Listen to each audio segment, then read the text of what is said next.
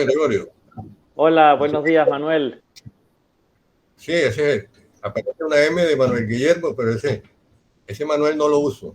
Yo ni siquiera sabía que me llamaba así hasta que me llevaron a sacar la primera tarjeta Muy bien. identidad. ¿Prefieres Guillermo? Sí, sí, Guillermo siempre. Ok. Está muy bien. Sí. Yo.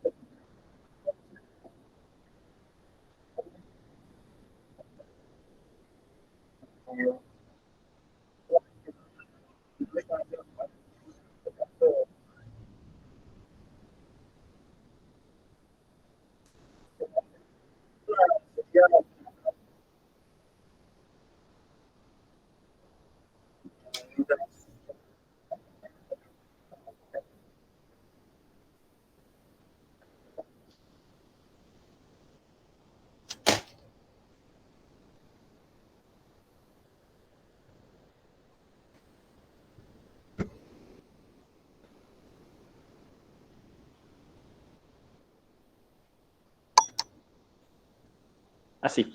Que yo iba a decir a alguien que no fuese tan tímido, pero nada, yo soy el menos indicado. En todo caso, pues ya que empecé a hablar, pues vamos a concretar un poco lo que yo pienso sobre este relato. Claro, por tratarse de, vamos a decir, el primer relato de Verne, del que se tenga noticia, está bastante bien logrado y se permitió explayarse en muchas ideas, hablar de una geografía que no conoce, de espacios inhóspitos para él, de una realidad histórica que, si bien corresponde un poco en el tiempo, el relato más o menos está ambientado en 1825 aproximadamente, por ahí. Verne lo escribe más o menos en 1845, entre el 45 y el 50, no está muy bien definido, pero más o menos el año 45.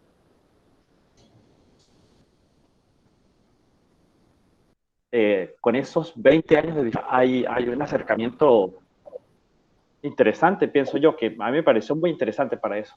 Sí, sí.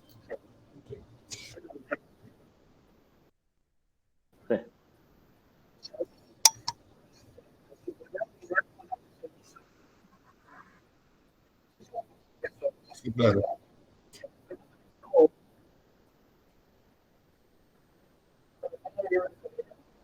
Bueno, la verdad es que cuando uno empieza a entusiasmarse por Verne, no empieza por estas narraciones. Generalmente uno entra de joven por los grandes los viajes extraordinarios, se entusiasma con ellos y poco a poco va descubriendo joyas como esta. A mí me ha gustado mucho, como se los manifesté a través de WhatsApp. Eh, es interesante ver cómo Verne, a la distancia y basándose, pues me imagino que en la geografía de Reclus y imagino que en los relatos de Humboldt que estuvo Humboldt por allá, pero eh, interesante cómo desde allá puede escribir y describir un territorio como el mexicano. Pienso que de allí surgen algunas equivocaciones, inclusive de él, que eh, el editor del librillo, yo tengo un ejemplar pequeño de un drama en México, él las va señalando y en una de ellas dice, es justificable estos errores de Verne, especialmente coloca mal a Acapulco y los nombres obviamente no coinciden, uno no encuentra Corocaplista, algo así, uno no encuentra, bueno, Pingualán, después ya uno sabe que es Igualán, y ahí va. Pero lo que más me gustó a mí, yo aprecio de la narración, la historia que voy absorbiendo, el cuento, ¿no? Me gustó como tal, pero me gustan más los entresijos, las cosas que hay en las narraciones que uno encuentra o que le llaman la atención. Me llama mucho la atención esa confusión de nombres o ese uso de nombres extraños o que no son los actuales. Me llamó la atención también el recorrido que hacen los dos exmarinos y sobre todo por el desvío ese que va hasta el volcán. Era innecesario, sí, siguiendo la ruta de Tasco y no recuerdo bien. He debido repasarlo anoche. Y de pronto tiene un desvío enorme, pero yo pienso eso, que Verne quería describir el volcán. Y luego llega a Ciudad de México y antes de llegar a Ciudad de México cita una población que no existe en los mapas actuales. Pero yo, con la curiosidad de saber dónde era o cuál era, encontré en un mapa del siglo XVII, encontré ese nombrecito por ahí muy cercano a Ciudad de México. Esas son las cosas que me encantan a mí buscar en las narraciones de Verne. Entonces, interesante. Desde el punto de vista de la narración, bueno, sí, una narración interesante, tiene su intriga, la persecución de aquellos marinos que siguieron siendo leales a España. Pero esas entretelas, esas cosas curiosas que uno no encuentra pues en la narración son las que más me atraen, ¿no? Eso, pero de todas maneras es una narración formidable, bonita, sí, en general, agradable.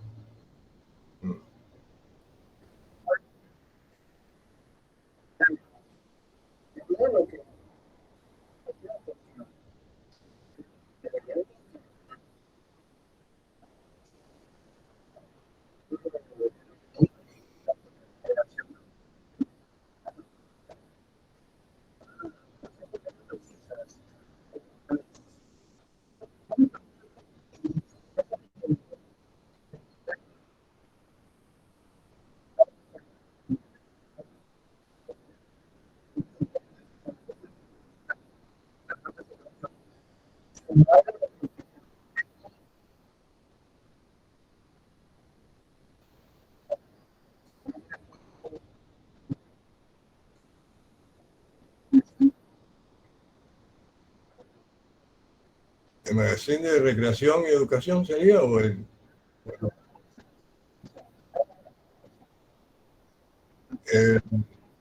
En el año 51 es para el Musée de Famille Museo de y en el Familia. 76 para el Musée de Recreación.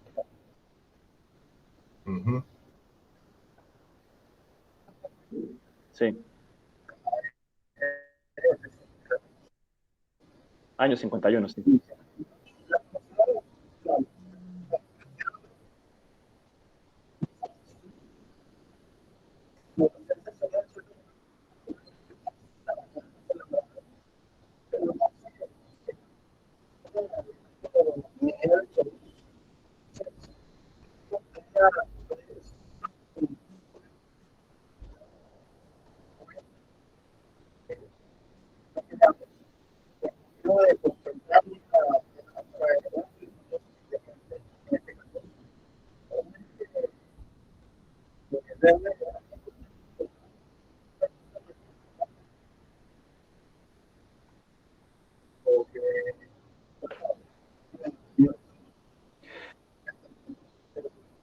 Bueno, yo creo un poco saber que había en principio para cada año un contrato que cumplir. Y los contratos estaban hechos por volúmenes, y los volúmenes no forzosamente era equivalente a un libro. Entonces había un cierto número de páginas que completar para producir el volumen correspondiente al semestre o al año que estuviera en curso. Y en este caso, a Verne le gustó mucho reutilizar o regresar a los escritos de los primeros tiempos con miras a completar muchas veces esa carencia de páginas faltantes. Eso por un lado. Pero por el otro también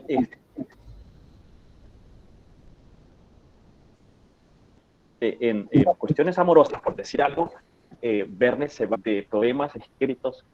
Sí, por segundo se congeló la llamada. Sí. Que por otro lado, también en cuanto a la poesía se refiere, Verne se sabe que reutiliza muchos de sus poemas para dárselos a las chicas que él está conquistando. Entonces simplemente borra el nombre o reescribe el poema, un poco para ¿cómo se diría? No gastar mucho tiempo, ¿no? No quemar mucha pólvora en Samuros. Y en este caso, él readapta esa primera versión para 1876. Y yo en realidad no conozco, no las he comparado mucho, pero también se supone que es para vender más. La segunda versión es más comercial, pues, en todo caso.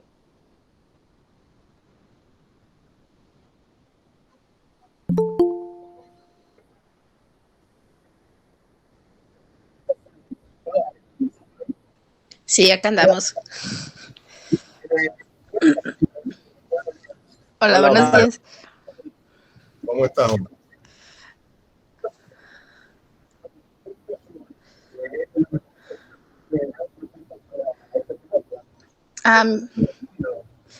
Ok, bueno, pues empezando porque soy mexicana, pues es ahora sí que es una cuestión de orgullo decir cómo Julio Verne consideró también México para sus narraciones. Esa es la primera parte que podría mencionar. Segunda, ahorita con los datos que dio tanto José como Manuel del contexto histórico en el que fue escrito, que me parece dijeron 1854, 24, corríjanme cuál. 45. 45, ok. Un poco yéndonos a la parte histórica, era el México después de la consumación fue en 1821, en 1845 pues estaban las guerras entre liberales y conservadores, por eso viene un tanto lo de la cuestión de la armada, porque había esta lucha. Me parece que estaba por iniciar la guerra con Estados Unidos, que también ese es ahora sí que es un México que está prácticamente en guerras, en guerrillas por la disputa del poder entre los grupos liberales y conservadores. Eso por la parte histórica. En cuanto a la narración, pues digo, a mí la verdad, si algo me ha encantado de Julio Verne es la capacidad para desarrollar una descripción muy detallada de los lugares, porque no hace falta conocerlos, digo, el sureste mexicano, la verdad no lo conozco, lo que es Guerrero, lo que es Morelos, pero la descripción que da te hace transportarte inmediatamente ahí, y si buscas una fotografía de Acapulco, vas a darte cuenta que describe con detalle cosas que en ese entonces pues no había todavía el auge de la fotografía, por ejemplo. ¿Qué otra cosa? Pues la travesía de recorrer desde Acapulco hasta la Ciudad de México, Taxco, Iguala, Cuernavaca, o sea, todas las aventuras que vienen ahí en general, la verdad que te remonta a cómo se vivía el drama en México de los tripulantes.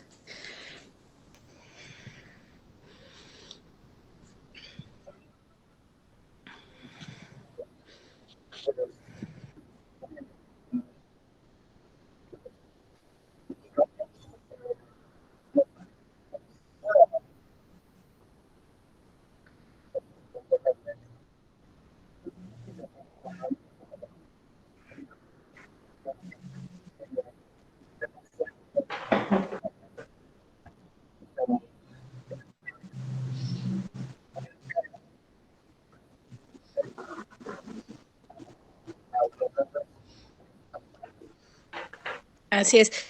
Y un dato adicional, de hecho, esa ruta que él maneja para llegar a la Ciudad de México desde Acapulco, voy a confirmarlo bien, pero me parece que es la trayectoria que actualmente se utiliza en carretera. que se toma por la autopista del Sol, la famosa autopista que va de México a Acapulco.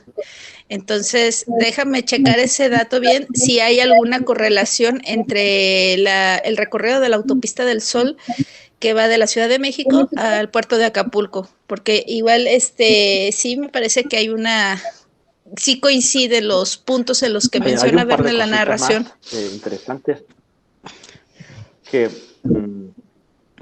sí, un poco lo que decía Alejandra y lo que decía Guillermo se concatenan en cierto momento, cuando por un lado es posible que la ida hacia el volcán esté un poquito forzada, puesto que no sería natural construir una carretera o un camino que pase cerca de un volcán, en el caso de México, que es un país bastante extenso, pero ya desde entonces se logra ver el deseo expreso de Verne de incluir a los volcanes en sus relatos. Eso por un lado. Por el otro lado, los nombres, cuando en el caso de Verne, más o menos se ha podido saber que los nombres que tienen una ortografía diferente, que no coinciden exactamente con la realidad o que son simplemente inventados, que Verne también desde el principio tenía la intención bien clara de dejarnos una especie de información extra, y hay gente que ha estudiado esto bastante al dedillo, con nombres bien precisos de cómo la ortografía puede conducir a una interpretación diferente.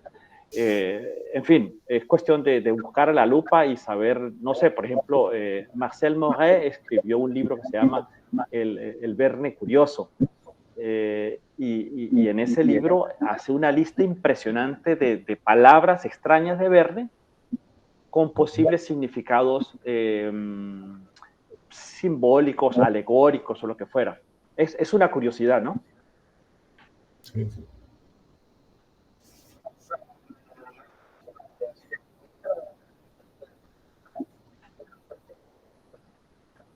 No, simplemente y quería mostrarle a Alejandra el ejemplar que yo tengo de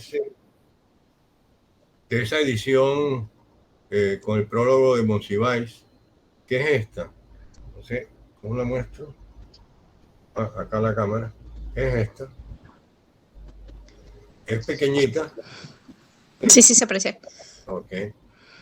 Esta es de una edición mexicana y ojalá siga, porque como te decía, tiene alrededor de 30 notas a pie de página, bastante interesantes, tanto del traductor como del editor.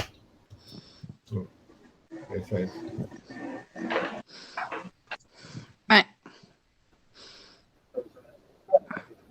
No, que muchas gracias para poderlo checar, porque sí le dije a un muchacho que conozco que trabaja en una librería sobre lo de que el prólogo está escrito por Monsiváis, y me dijo que se iba a dar a la tarea de buscarlo y darme respuesta.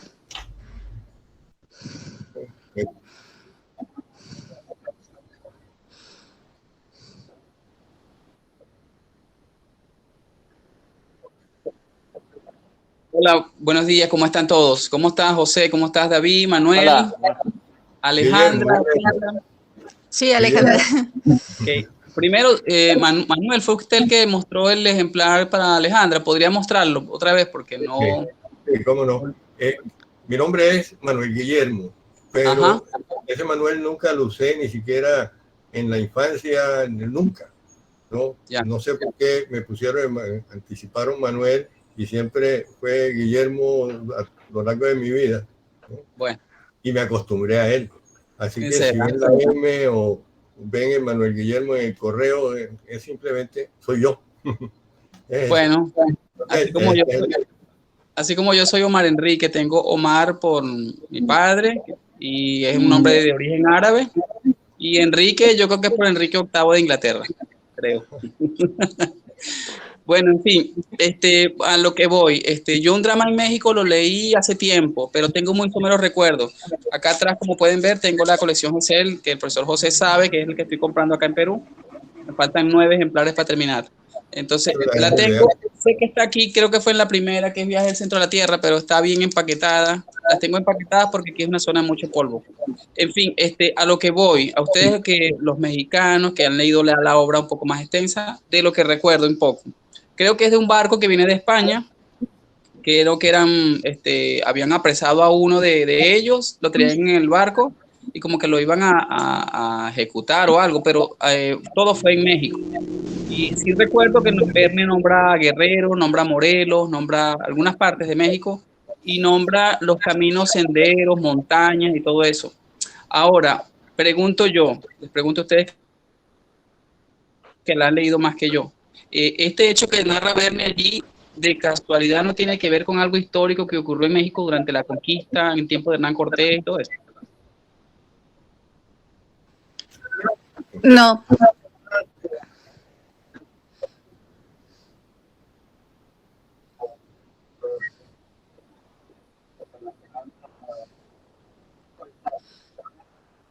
Sí, mira, lo que sucede es que la consumación en México de la independencia fue en 1821, entonces todavía unos años después seguía la persecución de españoles nativos, porque la independencia en realidad fue una guerra provocada por los criollos, no tanto por las comunidades indígenas.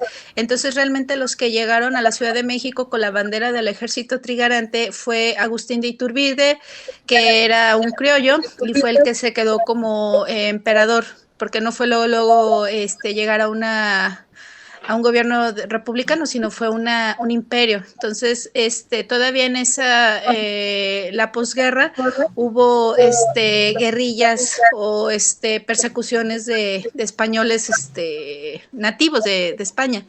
Era más bien el expulsarlos del país, y estaba todavía el planteamiento de lo que iba a suceder posteriormente. Había esta guerra de querer ser una república, de querer traer un emperador que posteriormente en 1857, si mal no recuerdo, fue cuando llegó Maximiliano de Habsburgo. Entonces, en 1847 fue la guerra con Estados Unidos, precisamente porque el norte del país estaba descuidado, precisamente porque todas las guerrillas para expulsar a los españoles se estaban concentrando en lo que es la Ciudad de México, Morelos, toda esta parte del centro del país.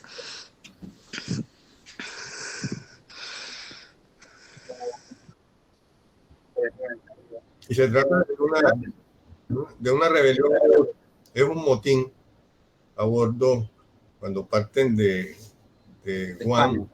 Sí. Entonces se amotina parte de la tripulación y a raíz de tal vez el maltrato del capitán español. No recuerdo bien, pero como decía, debió leerlo anoche y estar más atento a poder, es decir, a estar más actualizado sobre el tema de que trata. Pero en términos generales es eso, ¿no? Es una rebelión a bordo, se toman los barcos, los llevan hasta Acapulco y Martínez y su compañero caminan, bueno, y cabalgan hasta Ciudad de México para negociar los dos barcos con el gobernante que estaba a cargo de México en ese entonces, antes de la independencia. De eso se trata. Ya. Por eso, una pregunta. Por eso el título es Los primeros navíos de la... Sí, y un poco el título obedece a que México no ha conformado todavía su marina de guerra, y entonces el propósito es, el propósito de la traición, porque al fin de cuentas se trata de una historia de traición, es arrebatar a la marina española 2 de sus barcos y vendérselo a la nación reciente, a la marina mexicana, que todavía no está conformada, vender esos 2 primeros barcos, y esa negociación tiene que hacerse en México, en Ciudad de México. Eso explica el recorrido que tienen que hacer por tierra, porque en un principio la historia podía haberse resuelto en la llegada a Acapulco, por ejemplo. Ese es otro tema. El tema de la traición estará permanentemente en Verne hasta el fin de su relato. Sí. novelas. Sobre todo los que tienen que ver con barcos, porque me hace recordar de la tradición de Ben Joyce o Ayrton en Los hijos del Capitán Grant y La Isla Misteriosa. Que para También mí, está... sí, para Perdón, mí, Martín. dígame. No, perdón que te interrumpí. Ok, que para mí, yo primero, la primera novela de Verne que leí fue La Vuelta al Mundo en 80 días, cuando todavía no siquiera tenía nada de él en mi poder, simplemente la leí en la biblioteca y por la biblioteca me vieron por ser un lector seguido, que cuidaba los libros, me dijeron inscríbete en el préstamo y me la prestaron para yo poder llevármela a mi casa y la leí y entonces me emocioné, me gustó, me atrapó el autor y todo, y yo, bueno, tenía yo 15 años en aquel entonces. Y la segunda que leí fue La Isla Misteriosa. Yo empiezo a leerla y todo bien, pero entonces al final aparece un tipo y entonces le echa un cuento de una historia, pero yo, ¿de dónde salió este tipo? Yo no sé. Y tuve que pasar muchos años hasta que pude por fin leer Los hijos del Capitán Grant. O sea, yo leí La Vuelta al Mundo, La Isla Misteriosa, y tiempo después me llegó a mi poder 20.000 leguas de viaje submarino, porque también en La Isla Misteriosa nombran al Capitán Nemo, y yo, bueno, que tiene que ver una cosa con la otra. Entonces, bueno, después fue que la pude leer, pero años, te estoy hablando de años después. Ahorita cuando empecé a comprar la colección Gesell, y leo la 1 y leo la 2 en Sudamérica y en Australia, pero todavía faltaba algo porque ellos todavía no habían llegado a su destino y no habían encontrado al capitán. Y entonces hasta que finalmente es que me enteré que existía la tercera parte que es en el Océano Pacífico y ahí fue donde la pude comprar, la leí y ahí es donde me entero de cómo es que termina este tipo Ben Joyce en la isla. Entonces, no, toda eso, como dice el profesor José Gregorio, que eso es lo que va a seguir en las obras de Verne en el resto, la traición y Sí. todo. Hay otra Ahora, traición en El Capitán de 15 años. sí, claro, Negoro, Con Negoro, sí. Negoro y Harris. Y este tema de la traición también está muy presente en Verne muy tempranamente, como dice José Gregorio, siempre presente. Verne también escribió Los amotinados del Bounty. De la Bounty, sí, claro. Sí. Que otro recuerde. Y el Chancellor también hay otra historia, una pequeña ahí, fue reciente, pero yo la leí. Pero bueno, también me sorprendí de ver ese tipo de historia allí. Ahora, antes de que se me vaya la idea, ¿hay alguna otra obra de Verne donde se relacione México y se detalle bien parte de México? Tanto como detallar la parte de México no, pero sí lo menciona, que es El eterno Adán. Alejandra lo mencionó, creo que en las conversaciones esas que hubo el día de leer a Verne, creo que son los dos únicos donde hay donde la ciudad, México en sí, tiene algún protagonismo, por lo menos el territorio, es El eterno Adán. No sé si la conozcas. No la he leído todavía. Debo tenerla aquí entre todas estas porque aquí tengo libros de la colección Gesell, pero vienen a veces 2 en 1, 3 en 1. Y como los ven, están tapados algunos porque esto es una zona de mucho polvo. Entonces Generalmente El eterno Adán es uno de los últimos libros que uno va encontrando, ¿no? Después de leer los 60 y pico de Viajes extraordinarios o los más que son más familiares. Y después se encuentra uno con El eterno Adán, que llama también la atención. Aparte que es de las últimas obras de Verne, ¿no? Creo que fue publicado ya como póstumo, ¿no? Sí. Sí. Es posible hacia 1910 por ahí. Por ahí. Estas son las únicas menciones donde está México con algún tratamiento, con alguna extensión. El eterno Adán simplemente lo menciona como sitio donde unos arqueólogos encuentran unos documentos o unos rastros de una cultura anterior, una civilización anterior. Creo que una pregunta para todos en general. Bueno, yo sé que el profesor José Gregorio seguramente sí, pero del resto tienen ustedes toda la colección de Verne, no importa la editorial, ¿las tienen todas las novelas o le faltan?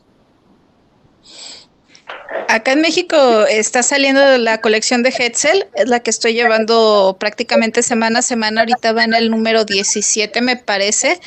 Y de ahí más, algunos libros los he conseguido en bazares de libros usados, librerías, pero no es la literatura completa de Julio Verne. Y el, Generalmente uno trata de completarlo, y no sé si yo los he podido leer todos o conseguir todos, pero algunos los tengo en forma digital, otros los tengo en fotocopias, otros, especialmente los menos publicados. Y como constantemente están saliendo nuevos, han descubierto nuevas narraciones, o las están publicando en otros idiomas. Yo tengo algunos en francés, y en español pues la mayoría, pero yo creo que es una cosa de nunca acabar, o uno poder decir, las tengo todas. No sé qué piensa Gregorio sobre eso, si él ha logrado. Yo les voy a echar mi cuento. Es paradójico lo que me ocurre a mí. Yo tengo sí una colección bastante completa de Verne, pero digital. Yo sufro la vida de ser errante, y pues estoy en un sitio y después a los 4 años tengo que mudarme a otro país y lamento siempre no poderme llevar mis libros. Sin embargo, hay una serie de libros que me ha acompañado en los últimos 8 o 10 años, y es una colección de biografías de Verne que estuvieron acompañándome en mis maletas. Incluso las tengo aquí en Mar del Plata, porque estaba trabajando sobre la biografía de Verne que publiqué en enero.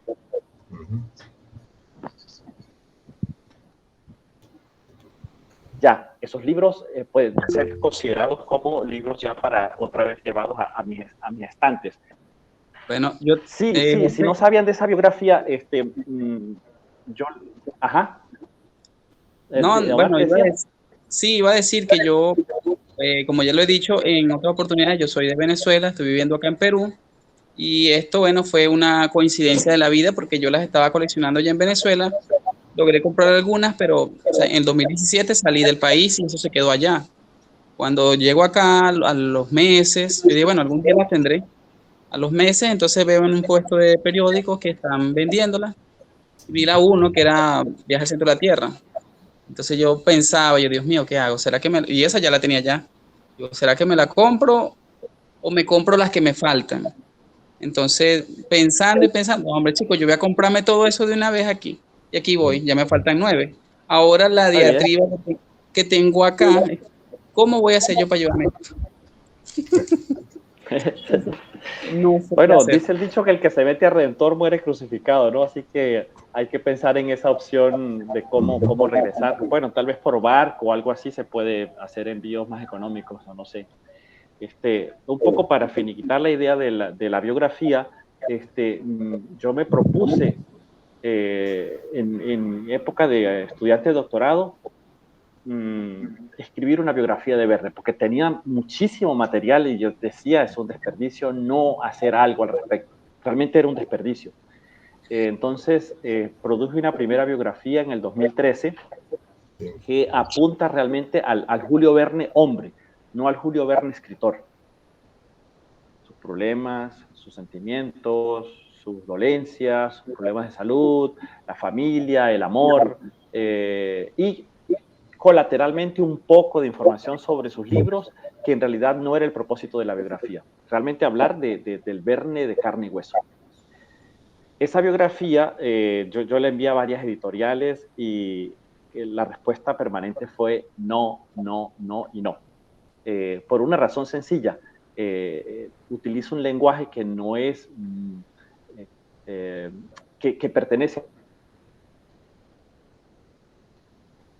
¿Qué pasó? A la escatología, todo lo que tiene que ver con expresiones, y en fin, era el que estaba hablando. Yo lo que hice fue tomar citas de sus cartas, eso que no se publica del escritor, lo que no es bien visto por las editoriales comunes y corrientes o tradicionales.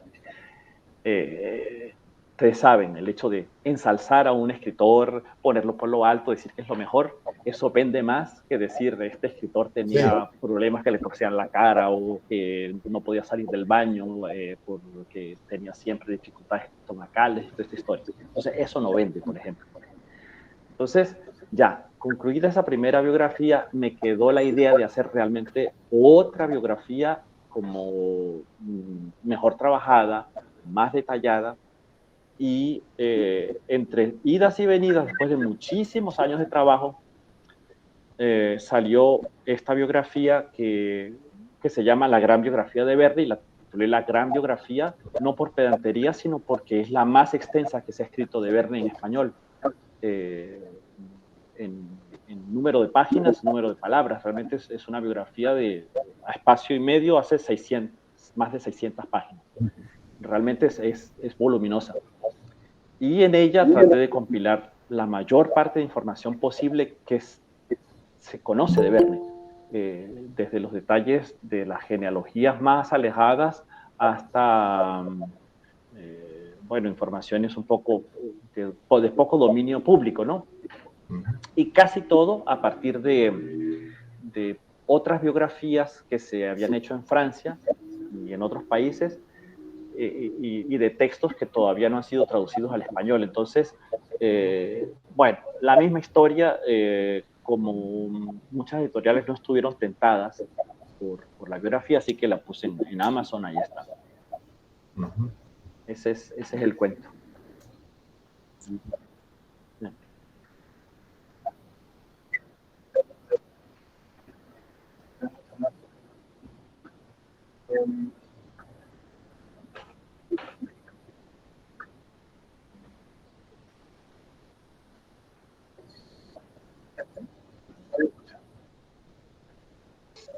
Hola, ¿qué tal? Buenas tardes. O bueno, buenos días aquí en España. España son las 5 menos cuarto. ¿Qué pasa, Mike y compañía? Artista, ¿cómo estás? ¿Qué pasa? Pues aquí estamos, aprendiendo de todos ustedes. Pues a mí la verdad que... Dígame. Sí, yo la verdad que no sabía de la existencia del cuento, ni siquiera. O sea que, vamos, la primera vez que lo he leído. La verdad que me ha gustado bastante, ¿no? Porque aparte de que se toca todo el tema de, digamos, de histórico, ¿no? Del tema de, digamos, de la crisis final del problema del imperialismo español, ¿no? De que, vamos, básicamente se amotinan porque no estaban cobrando, ¿no? Digamos, las mensualidades, ¿no? A mí me encantó, vamos, porque parece que tiene un dominio total, ¿no? Sobre la geografía de México. Yo no sé, vamos, ya he comentado ustedes que, bueno, que algunos pueblos sí existían, otros no, pero bueno, hay una posible ruta, ¿no? Una autopista tal y cual. Y a mí también lo que más me llamó la atención fue quizás, digamos, el toque, digamos, de tipo Edgar Allan Poe, ¿no? El final de la trama, ¿no?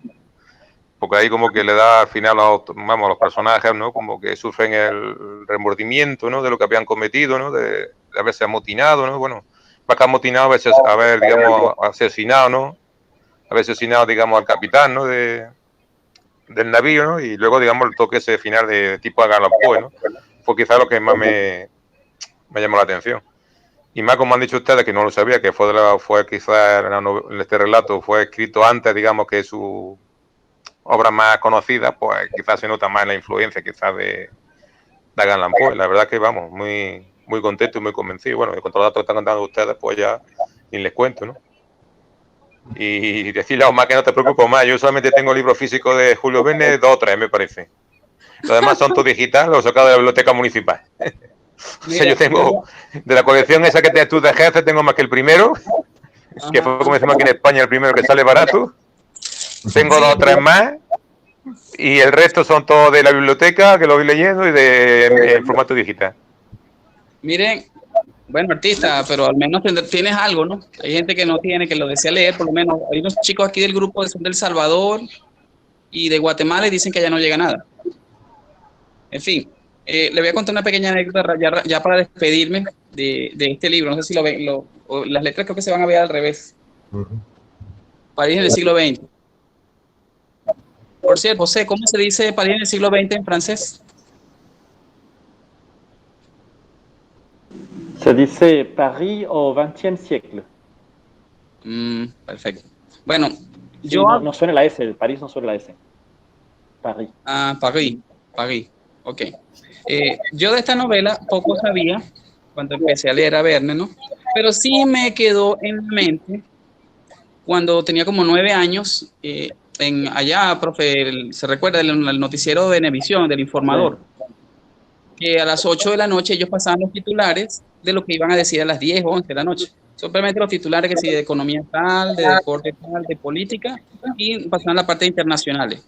Entonces, era el año 89 y cuando fue encontrado el manuscrito, no sé, algo así, cuando fue encontrado el manuscrito, porque sabe que tardó un tiempo desde que lo encontraron hasta saber qué es lo que contenía, que fue cuando el conde Piero Góndola dijo que ese era el manuscrito original de París en el siglo XX.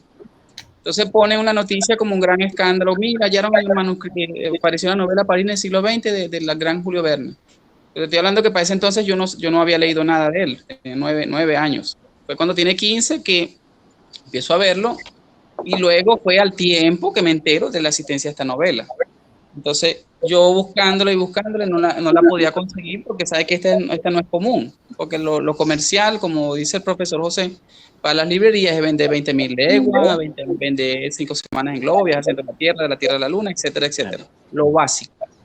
Pero cuando nos adentramos a la obra de Verne, como que sí, que yo voy a buscar mis 3 Brannigan, o voy a buscar Los náufragos de Jonathan, o voy a buscar Aventuras del niño irlandés, no la van a tener porque ellos no la consideran comercial.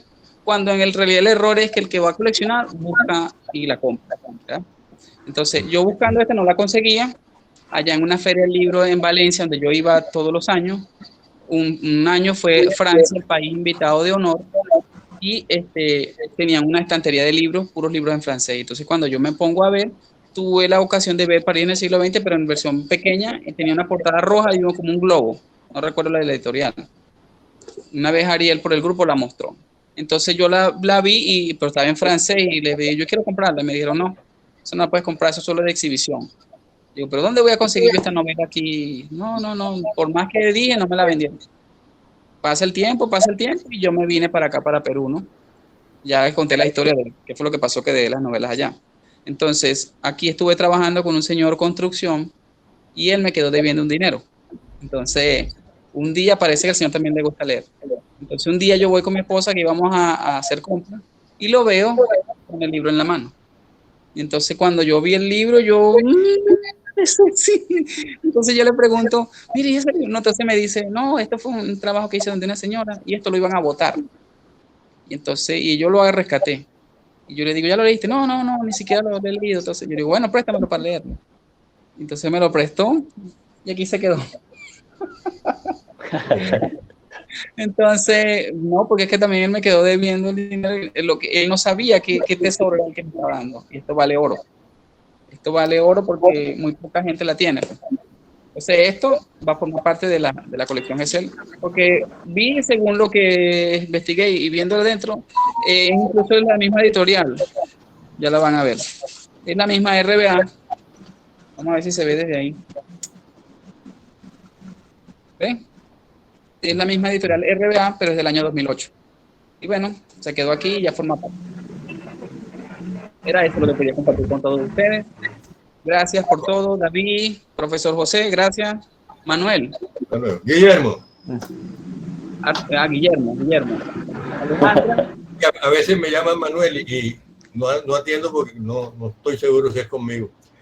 A la larga, esto de la bibliografía, o tener las novelas de Verne y todas las obras de Verne, con el tiempo, y ya yo tengo bastante tiempo acumulado, ¿no? Va uno adquiriendo un ejemplar y lo cambia, y después encuentra otro por allí en una librería de viejos, y va juntándolo. Yo creo que tengo 5 o 6 versiones de 20.000 leguas de viaje submarino, de viaje al centro de la Tierra, unas cuantas.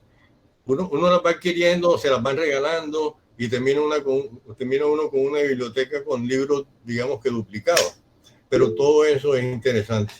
Y sobre todo cuando uno, como me pasó a mí, y creo que ese es el origen de mi afición por Verne, es que tengo libros desde infantiles, de los que se vendían hace 40 o 50 años, ¿no?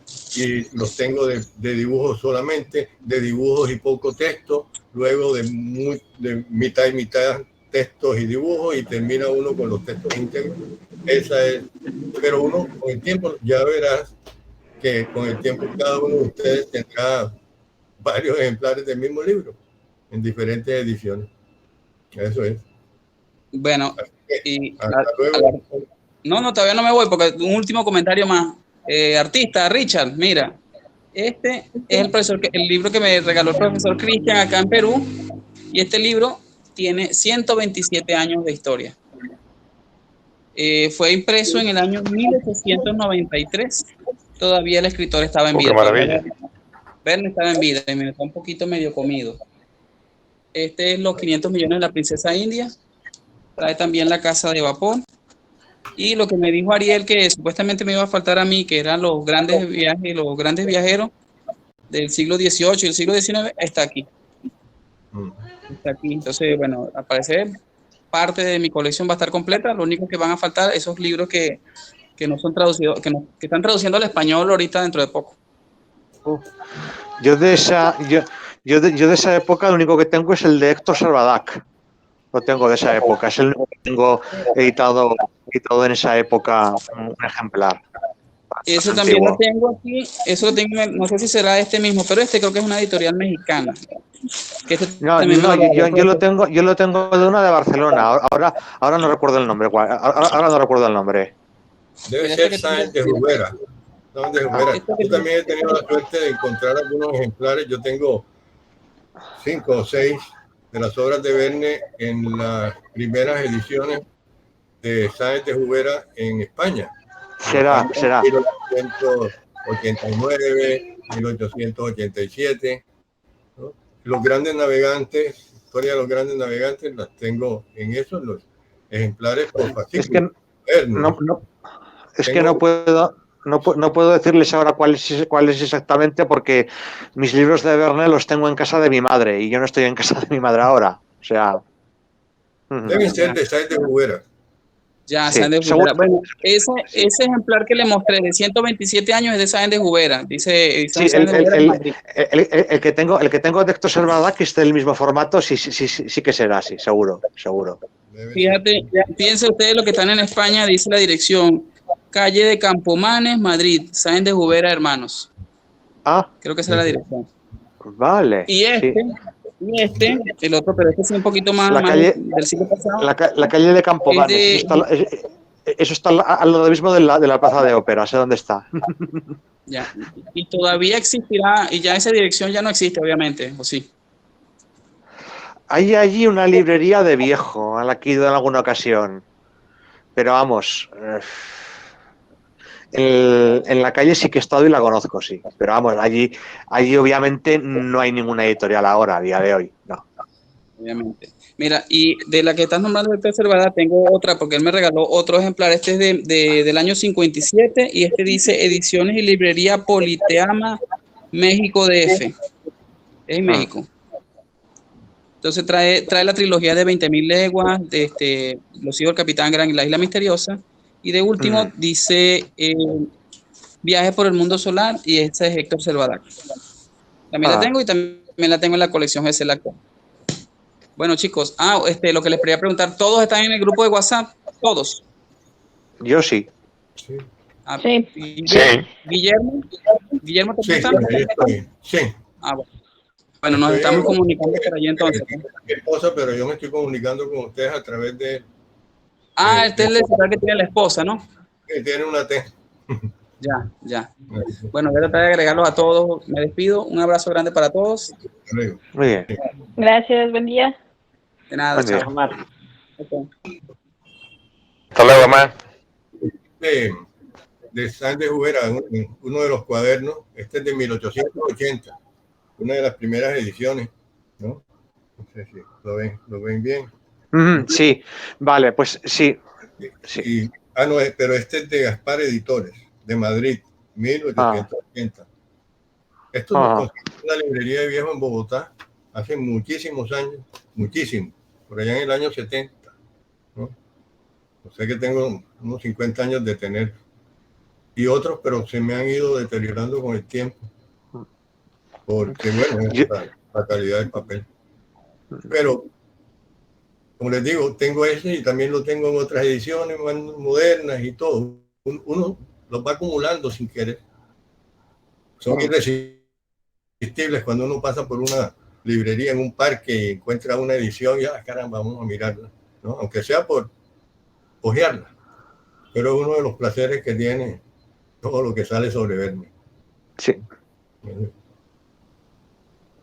A mí las ediciones de Verne que más me gustan, no sé si estarán ustedes de acuerdo conmigo o no, son las que hizo Anaya en la colección Tus Libros.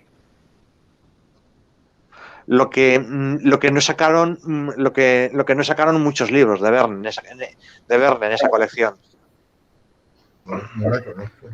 Pero eran unas ediciones muy cuidadas, con unos apéndices muy exhaustivos, con unas notas a pie de página muy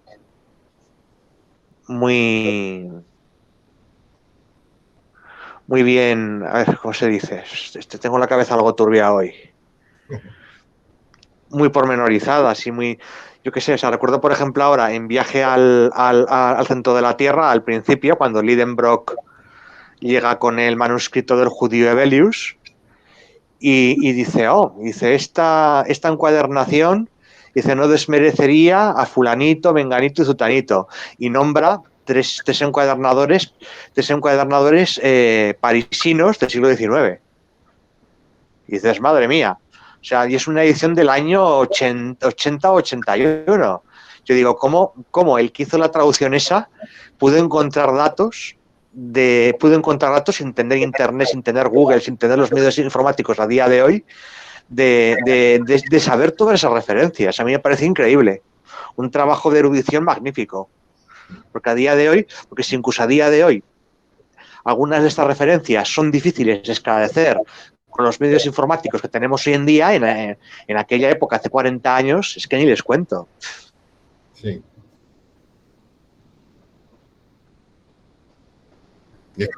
Se publicaba.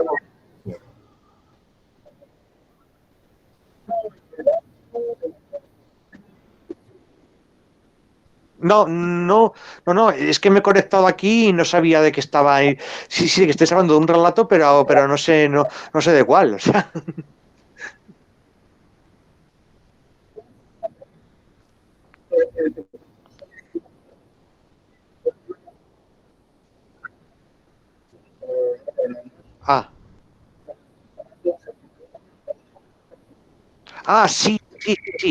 Sí, lo leí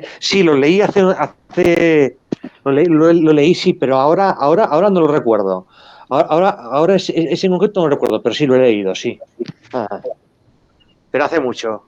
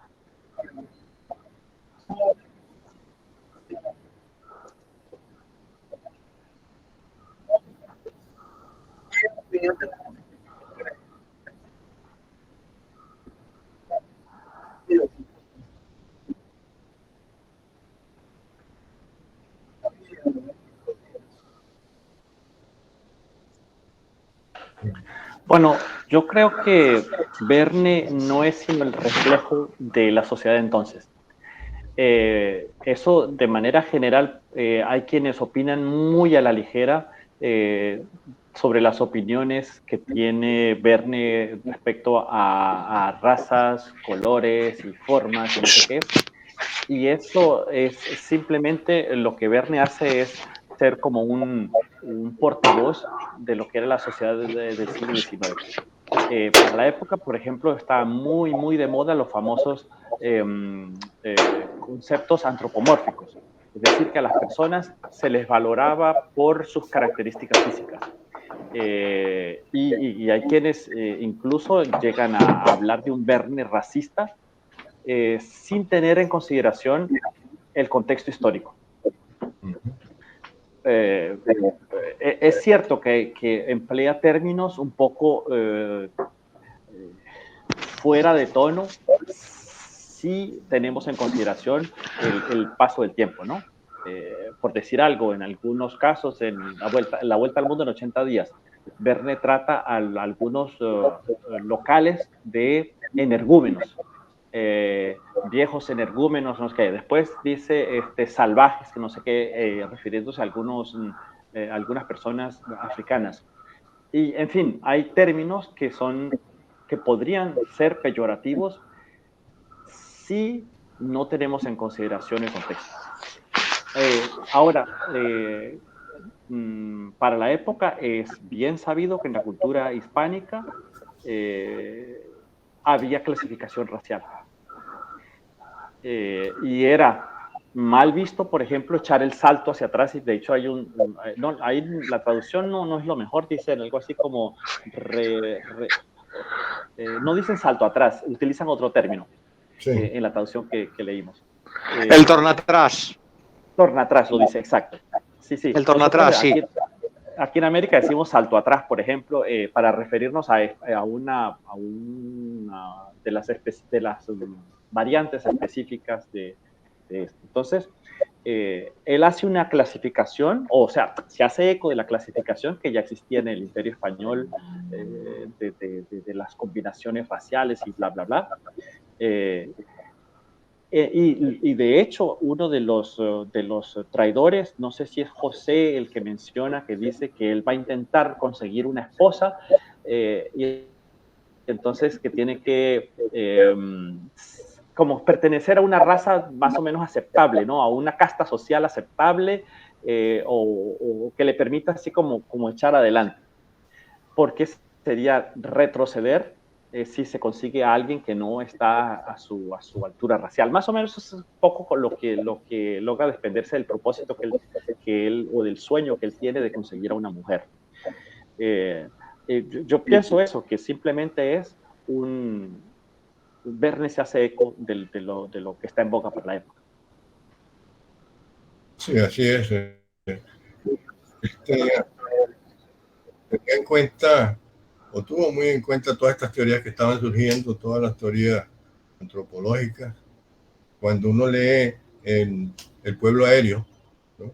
Uno va viendo cómo él va partiendo tal vez desde un primate. Él va diciendo aquel muchachito, un goro o algo así, y luego va cambiando, dice no son tan bestias, luego va cambiando, bueno, es posible que sea una raza inferior, luego va pasando y dice más evolucionado, hasta que al fin llega a decir que tienen sentimientos.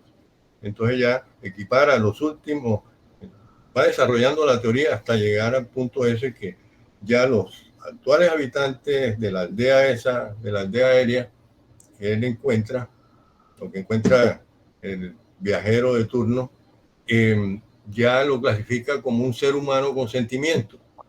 Pero inicialmente, cuando se encuentra en la primera criatura, un muchachito allí entre las ramas o herido, yo no recuerdo bien, lo considera un simple antropoide, ¿no? Y ahí va desarrollando toda la novela, así como va toda la teoría existente de la evolución, ¿no?, de la raza humana, hasta terminar diciendo que sí, son seres humanos, pero al principio fue pura animalidad. No sé si conocen seguramente han leído bien ese de la aldea aérea, el pueblo aéreo. Y bueno, quien recomendó la lectura de Un drama en México fue Alejandra. Por eso es que yo no estoy tan preparado, ¿no? No lo leí últimamente, no lo leí. No sé si, Gregorio, ¿qué piensas sobre esto que digo sobre el pueblo aéreo. Perdón, Guillermo, no te oí que sí he revisado. Hace mucho tiempo que ya no recuerdo, pero me viene la idea, porque sí, la idea de Verne con el pueblo aéreo es burlarse de la teoría de Darwin, que en un tiempo él la aceptó, pero poco a poco intentó como rechazar o ridiculizar esa idea.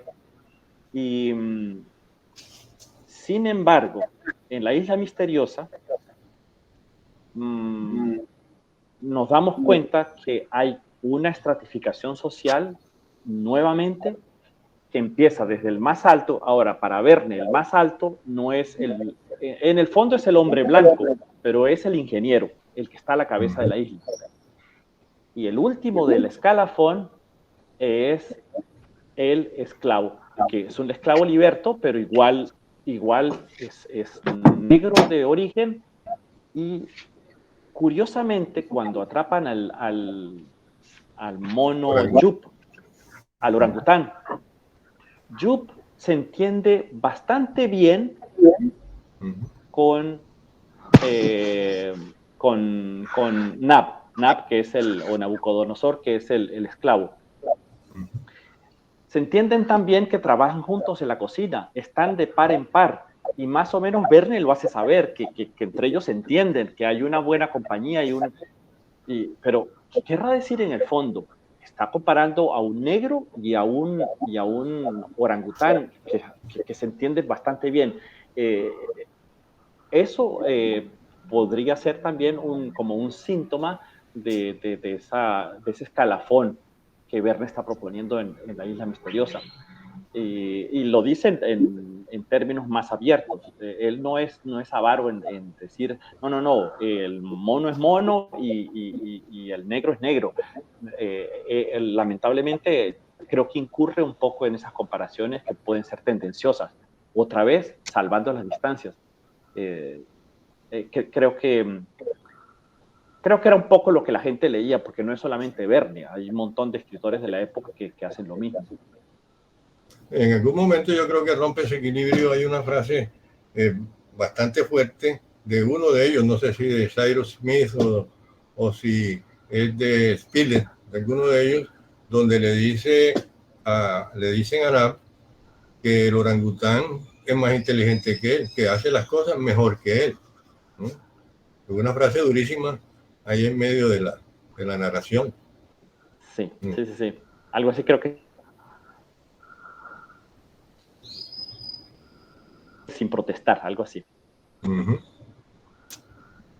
Bien.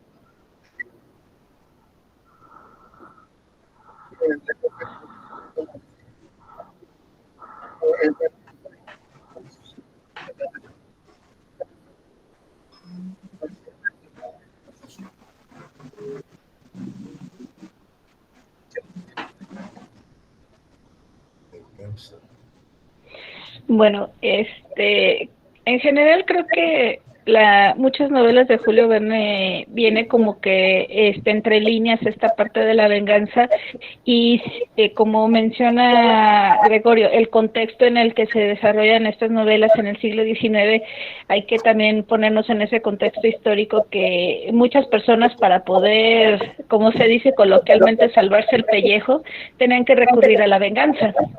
O sea, era el de que lo maten a él o que me maten a mí, pues que lo maten a él y luego venía esta venganza. O sea, finalmente era un recurso que se tenía que emplear para poder sobrevivir o cobrar justicia ante una situación en la que fuiste traicionado. O sea, la traición y la venganza es una mancuerna que funciona en la novela muy bien, porque eres traicionado y tienes que hacer justicia porque de alguna manera afectó tu vulnerabilidad, tu reputación.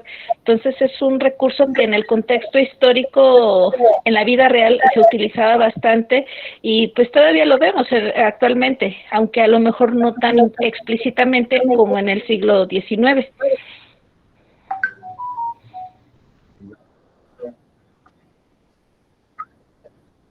La venganza está muy presente. La venganza está muy presente en 20.000 leguas de viaje submarino en la figura de Nemo.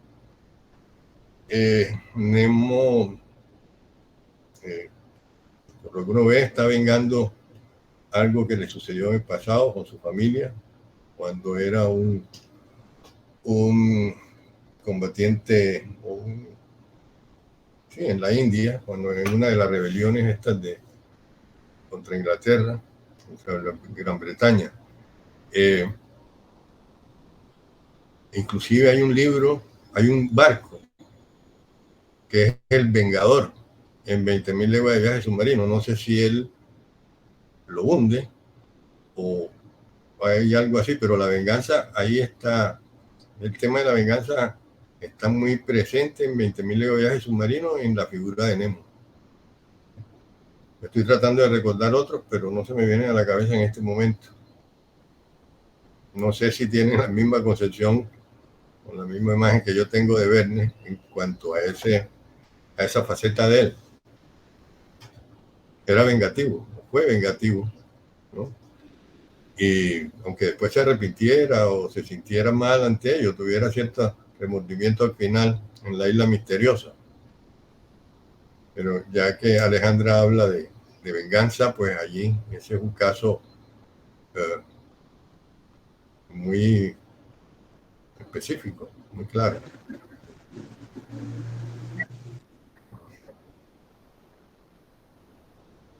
Oh, no.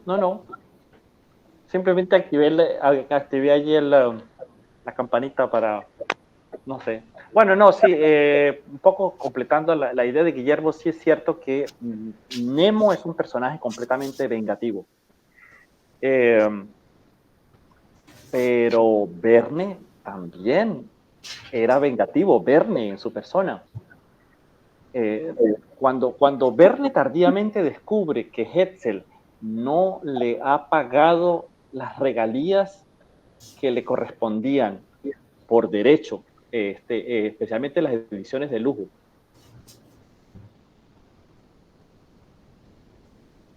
ya vamos a decir 1886, a la muerte de Hetzel. Entonces, tal vez esa sea una de las razones cuando hacen un llamado para hacer artículos o hacer un homenaje a Hetzel.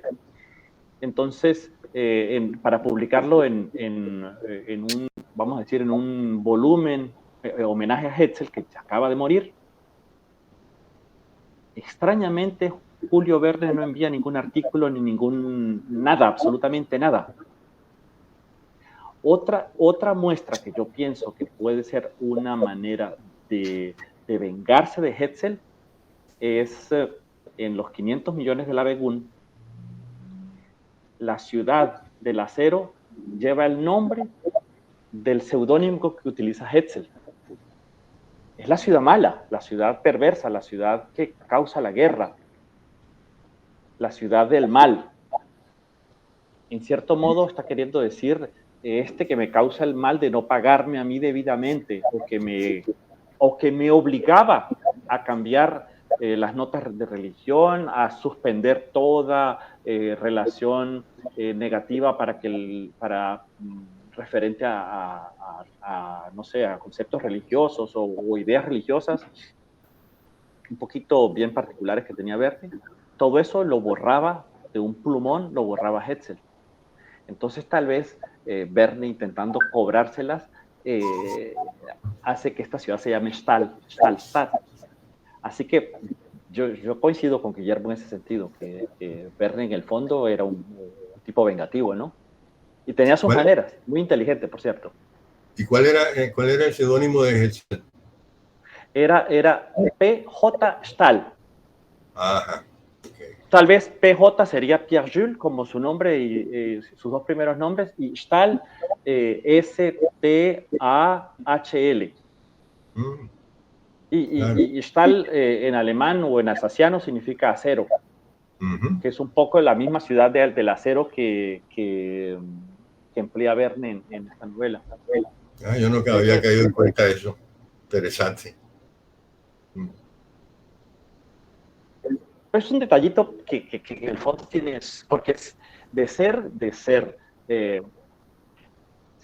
al revés, que ser la ciudad buena, la ciudad la que causa el bien, de llamarse Stahlstadt, entonces sería como un homenaje a Hetzel, es una manera de ensalzarlo, pero aquí está diciendo que la ciudad mala es la otra, es la del nombre de él.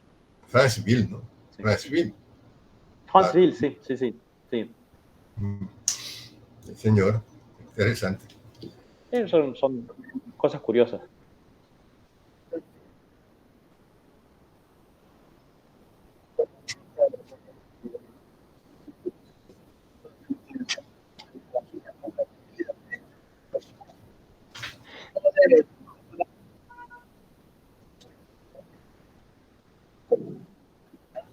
Sí, mirando a la lupa un poco, ¿no? Como a manera de curiosidad. Yo siempre, desde que empecé a leer Verne, me di cuenta que como que había algo escondido. Y claro, no fui el primero, o sea, hay un montón de gente que se dio cuenta. Pero me gusta hacer relaciones y ver por qué hay una letra de más, por qué esta palabra no es francesa y por qué la emplea. No sé, por ejemplo, en El soberbio Orinoco, uno de los personajes se llama Varinas,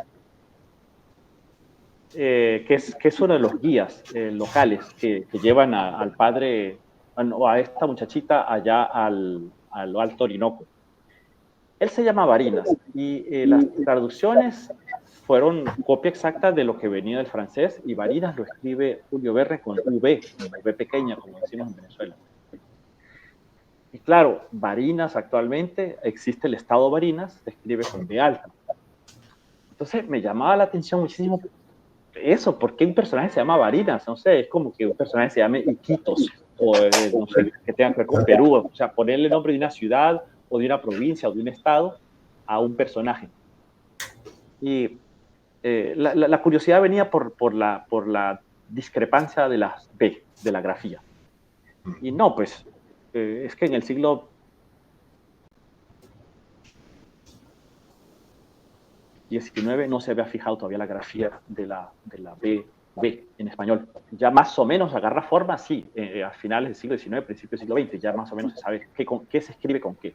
Entonces, Verne simplemente lo que hace es copiar y escribir en algunos casos, y él seguramente leyó sobre Venezuela, se documentó sobre Venezuela, y tal vez en algún momento dado leyó Varinas con V y ya está, y lo copió así. Pero bueno, hay curiosidades a montón.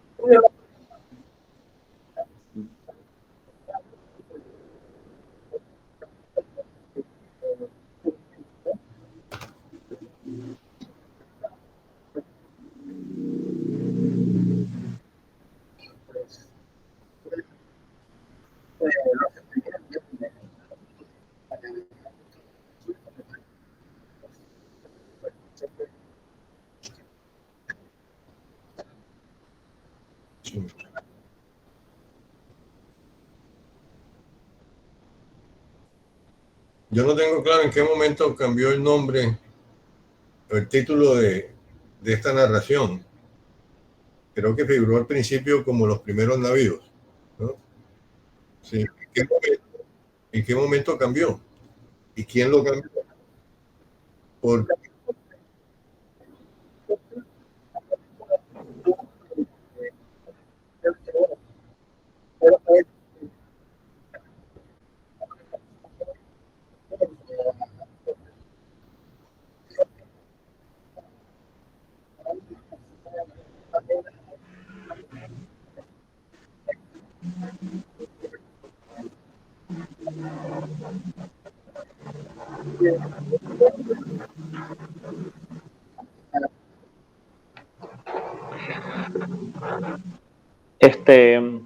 Para completar un poco la idea, yo pienso otra vez que es posible que el título obedezca a razones meramente comerciales.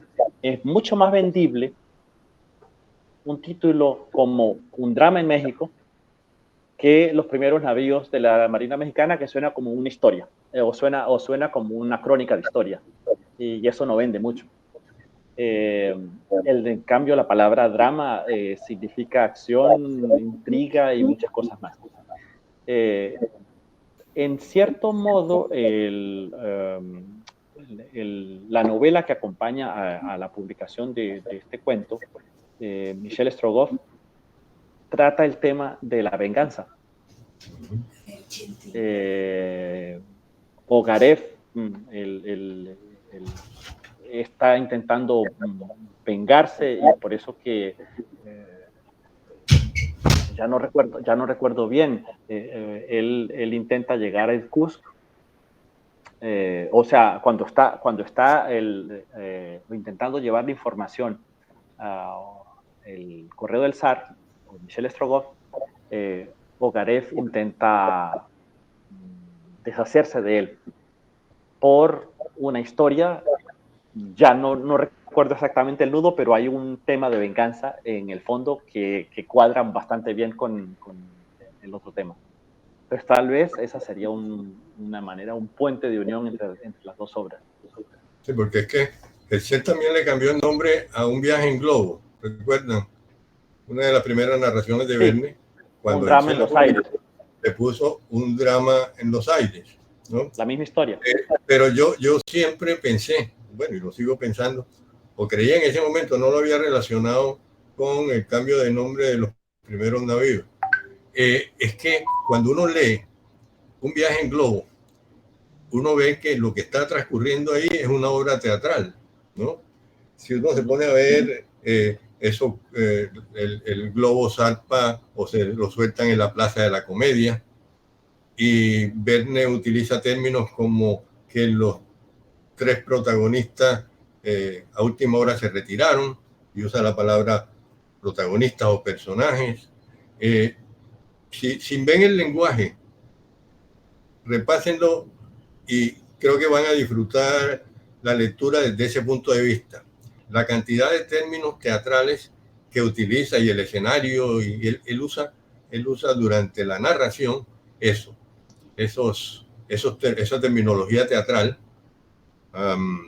que a mí siempre me llamó la atención. Y yo digo, bueno, con razón, el CEL le cambió el nombre. Esto, un viaje en globo, pues dice poco. Un drama en los aires, como dice José Gregorio, pues llama más la atención. Pero háganlo, léanlo desde el punto de vista que yo les estoy diciendo, ¿no?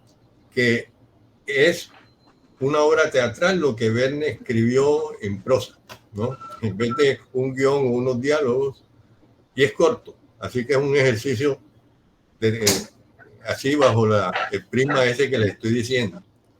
Es teatro, ¿no? ¿Podemos entonces pensar en que sea ese el relato del próximo encuentro? Bueno. Dame los aires. Sí.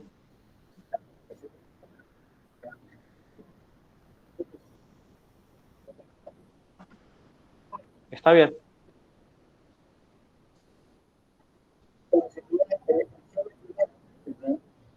Okay.